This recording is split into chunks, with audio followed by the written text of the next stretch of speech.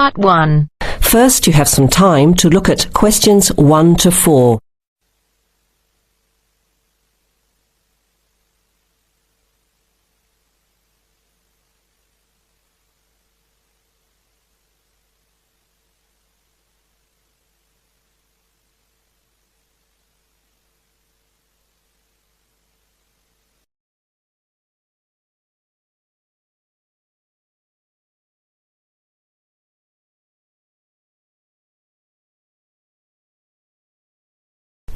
Now let's begin.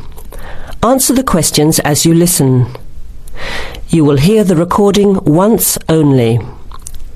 Listen carefully to the conversation and answer questions 1 to 4. OK, who's next, please? I think I am. How can I help you?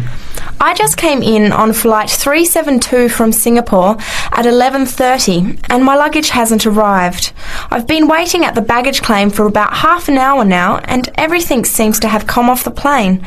The conveyor belt has stopped and all the passengers have gone. So I came here to find out what has happened to my bag. Can I see your ticket, please? Here it is.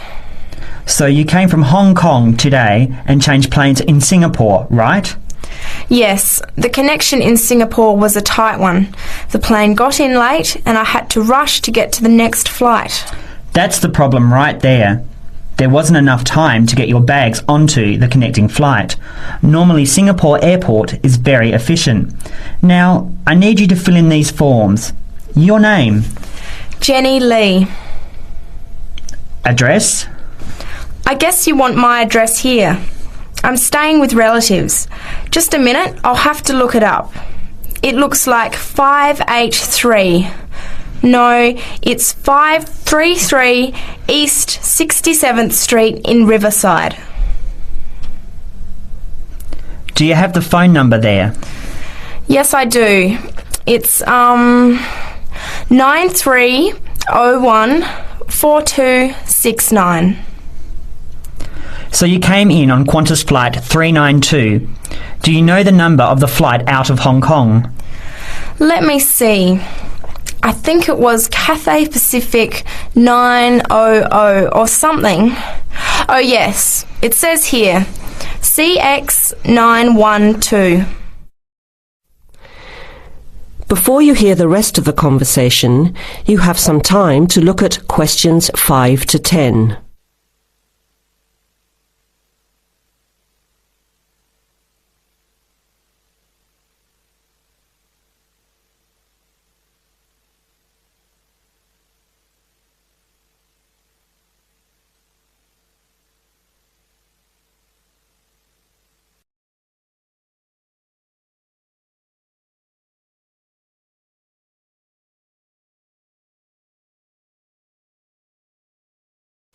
Now listen and answer questions 5 to 10. Right. Now, I need a description of the luggage. How many pieces did you check in? Just one. Can you describe it for me? Here is a picture to help you. Okay. It's a big bag, like this one. Rectangular. Not hard shell, but soft covered. And it has a zipper around the front. Is it black? No, sort of a grey colour. Any identification? Just a tag with my name on it. Any other features? Well, it has wheels and a retractable handle on the end, so you can pull it, as well as the handle in the middle. OK, that's fine. Now, if your bag missed the connection, I'm sure it'll be put on the next flight. I'll email Singapore as soon as I finish here. The next flight comes in at 17:50. That's 10 to 6 this evening. You can pick it up then. 10 to 6? That's too long to wait. Can I get my uncle to pick up the bag on his way home from work? Sorry, you have to be here yourself to clear customs. Of course, I almost forgot. Will the bag come here, to this desk? Yes. You pick it up here, then take it over to the customs area. By the way, don't forget to bring your passport. You will also need to have the key plus your ticket with a baggage claim number on it. Oh, okay. Guess I'll have to come back tomorrow then. It's lucky I packed everything I need for now in my carry-on bag. Yes, that's always a good idea. Be prepared. That is the end of part 1. You now have half a minute to check your answers.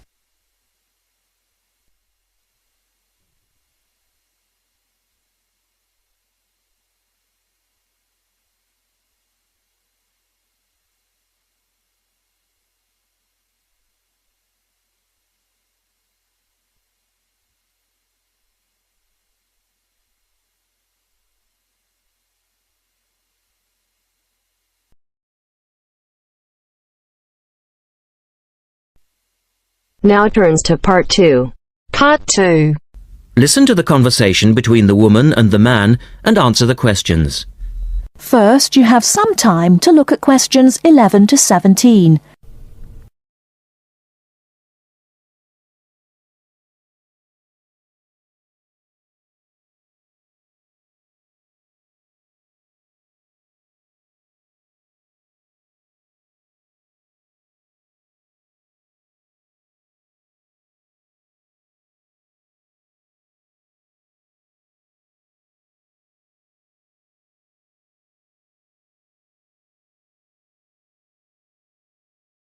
Now, listen carefully and answer questions 11 to 17. Hello, Paragliders Paradise. How can I help you? Oh, hi. I'm interested in doing a course in paragliding. Which course are you interested in? Well, I'm not sure. What's available? Well, we've got the introductory course which lasts for 2 days. Okay. Or there's the 4-day beginner's course, which is what most people do first. I'd tend to recommend that one. And there's also the elementary pilot course, which takes 5 to 6 days depending on conditions. We might try the beginner's course. What sort of prices are we looking at? The introductory is $190. The beginner's course, which is probably what you'd be looking at, is $320. No, sorry, $330. It's just gone up. And the pilot course is $430. Right. And you also have to become a member of our club so that you're insured. That'll cost you $12 a day. Everyone has to take out insurance, you see. Does that cover me if I break a leg? No, I'm afraid not. It's only third party and covers you against damage to other people or their belongings, but not theft or injury. You would need to take out your own personal accident insurance. I see. And what's the best way to get to your place? By public transport, or could we come by bike? We're pretty keen cyclists. It's difficult by public transport, though there is a bus from Newcastle. Most people get here by car, though, because we're a little off the beaten track. But you could ride here, okay? I'll send you a map. Just let me take down a few details. What's your name? Maria Gentle. And your address, Maria? Well, I'm a student staying with a family in Newcastle. So it's care of... Care of Mr. and Mrs. McDonald. Like the hamburgers? Yes, exactly. McDonald. The post office box address is probably best. It's P.O. Box 676, Newcastle. Is there a fax number there? Because I could fax you the information. Yes, actually there is. It's 0249, that's for Newcastle, and then 775431. Okay, now if you decide to do one of our courses, you'll need to book in advance and to pay when you book. How would you be paying? By credit card, if that's okay. Do you take Visa? Yes, fine. We take all major cards, including Visa. Okay then. Thanks very much. The girl is telling her friend about the course. Before you hear the rest of the talk, you have some time to look at questions 18 to 20.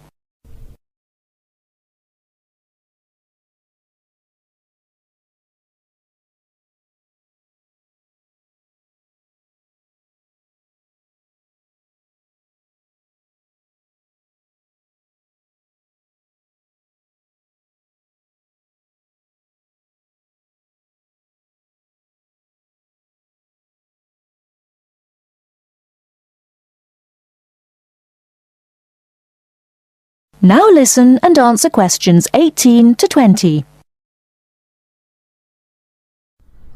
Hi, Pauline. Hi, Maria. What's that you're reading? Just some information from a paragliding school. It looks really good fun. Do you fancy a go at paragliding? Sure. Do you have to buy lots of equipment and stuff? Not really. The school provides the equipment, but we'd have to take a few things along. Such as? Well, it says here, clothes, wear stout boots, so no sneakers or sandals, I suppose, and clothes suitable for an active day in the hills. Preferably a long-sleeve t-shirt. That's probably in case you land in the stinging nettles. It also says we should bring a packed lunch. We do not recommend soft drinks or flasks of coffee. Water is really the best thing to drink. We need to bring suntan lotion and something to protect your head from the sun. Okay, that sounds reasonable. And where would we stay? Well, look, they seem to operate a campsite too, because it says here that it's only $10 a day to pitch a tent. That'd be fine, wouldn't it? And that way we'd save quite a bit, because even a cheap hotel would cost money. Or perhaps we could stay in a bed and breakfast nearby. It gives a couple of names here we could ring. I think I might prefer that. Hotels and youth hostels would all be miles away from the farm, and I don't fancy a caravan. No, I agree. But let's take a tent and pray for good weather. Okay, let's do it. What about next weekend? No, I can't. I'm going on a geography field trip. And then it's the weekend before the exams, and I really do need to study. Okay then, let's make it the one after the exams. Fine. We'll need a break by then. Can you ring and let me know if you can find out some... That is the end of part 2. You now have half a minute to check your answers.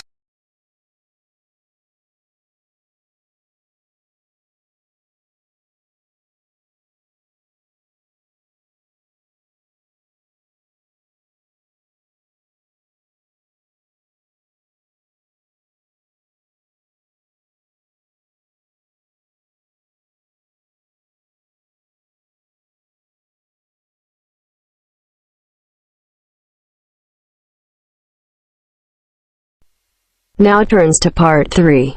Part 3. Listen to the conversation between two students, John and Carol. They have a list of the names of authors whose books have been given to the library. They have to classify the authors as writers of cookery, sports or travel books. First, you have some time to look at questions 21 to 25.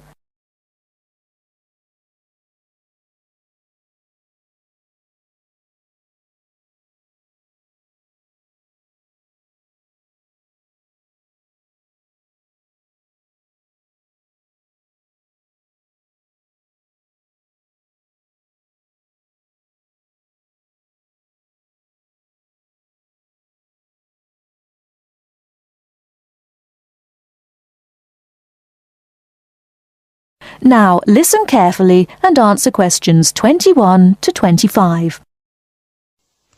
This is a great collection of books, isn't it? Very impressive. Who gave them to us? Apparently the donor was a book reviewer. There are a lot of books about sport. Here's one, My Life in Cricket. Well, that's certainly sports. Who's the author? Peter Adams. He also wrote Journeys Through Spain. Did he? Next one is Stephen Bow. He wrote Summer Barbecues, Cooking for Singles, Dinners by Candlelight. Anything else? No. Do you have anything by Pam Campbell? Wanderings in Greece, My Life in Russia, Travels in the Amazon, and Pam Campbell's Guide to a Successful Trip. Oh, sounds like she got around. My next one is C. Ketzik.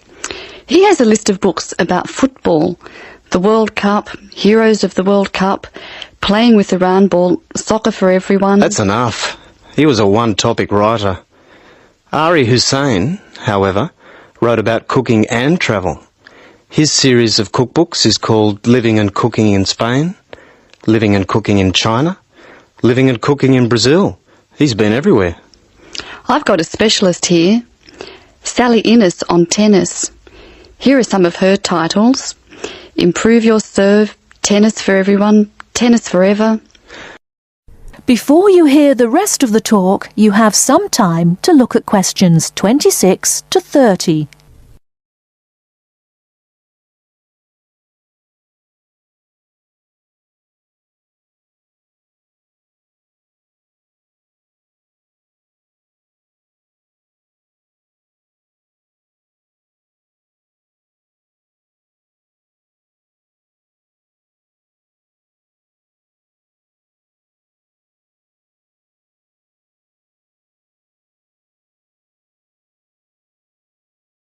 Now listen and answer questions 26 to 30. Sally Innes on tennis. Here are some of her titles. Improve Your Serve, Tennis for Everyone, Tennis Forever. Meg Jorgensen has 3 books, one in each category. Cooking for Health, Sport is Good for You, and Travelling in Australia. A varied talent.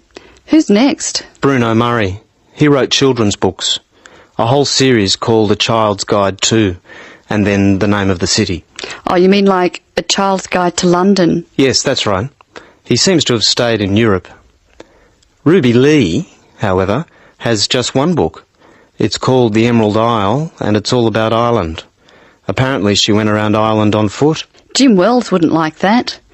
His books are all about motor racing. Nice photos of old racing cars. Don't you love the goggles on the driver? They do look strange, don't they? I think we're nearly finished. What did Helen Young write? Summer menus. Food for thought. She also did a book of Chinese recipes. Cantonese, I think. OK, that's dealt with the first box. Let's stop for a minute. That is the end of part 3. You now have half a minute to check your answers.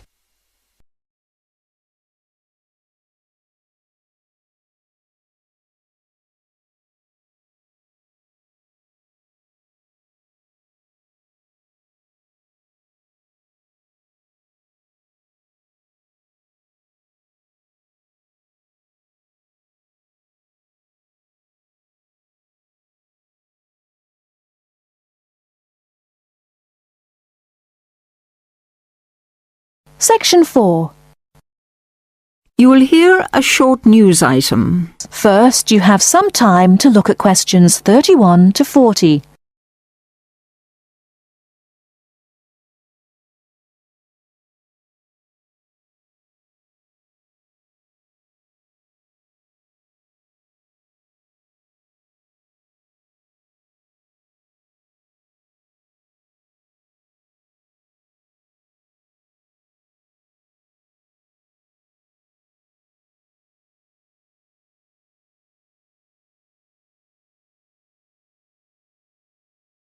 Now listen carefully and answer questions 31 to 40.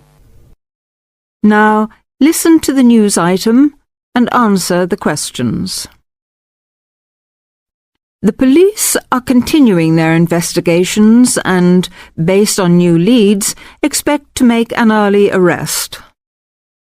The drought in northern THR continues to worsen, with tens of thousands of hectares of once lush pastoral land having now been without a single drop of rain for over 11 months.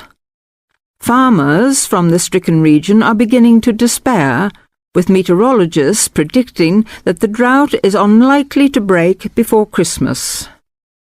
Many farmers have begun shooting their worst affected cattle, and in some cases entire flocks of sheep have been destroyed. These measures, tough and cruel though they may seem, are essential to prevent a possible outbreak of widespread disease. It is not only farm animals that are in trouble. Environmentalists are also concerned that the lack of water in rivers, lakes and streams will mean more native animals in the bush will die, unless rain comes soon. They believe the drought could have a lasting effect on the populations of such native animals as kangaroos, wallabies and koalas. Our reporter, Colin Harrison, is in Vance, talking with long-range weather forecaster Joseph Singer. Over to you, Colin. Joseph, Can you give any indication as to when we might receive some rain in the affected regions of THR? Well, it's hard to say, of course, but I'm confident that the drought will break within approximately 2 months. If you look back at the data kept of previous periods of drought, over the last 100 years or so, you see a cyclic pattern of severity developing, and we're now at the short end of the last cycle. I'm fairly certain that we'll see some rain either just before or just after Christmas. Let's hope so. Thank you, Joseph. Colin Harrison from the very hot and dry town of Vance in northern THR. Meanwhile, at the CSIRO laboratories in Ottawa, encouraging developments have recently been made in the process of cloud seeding, a process by which clouds can be forced to make rain, and research scientists are to begin conducting trials of a new technique involving lasers later this month. If successful, the state government will be asked to contribute up to $5 million to establish permanent cloud seeding stations in areas most likely to be affected by drought in the future. For many farmers, though, any breakthrough will have come too late. Every week, more farming families are being forced to sell their homes, unable to survive financially, with little or no income to support them. A special assistance fund has been set up to help drought-stricken families. If you would like to send some money, you can do so by calling this number now: 001 43 8172. I'll repeat that number: 001 43 8172. That is the end of section 4. You now have half a minute to check your answers.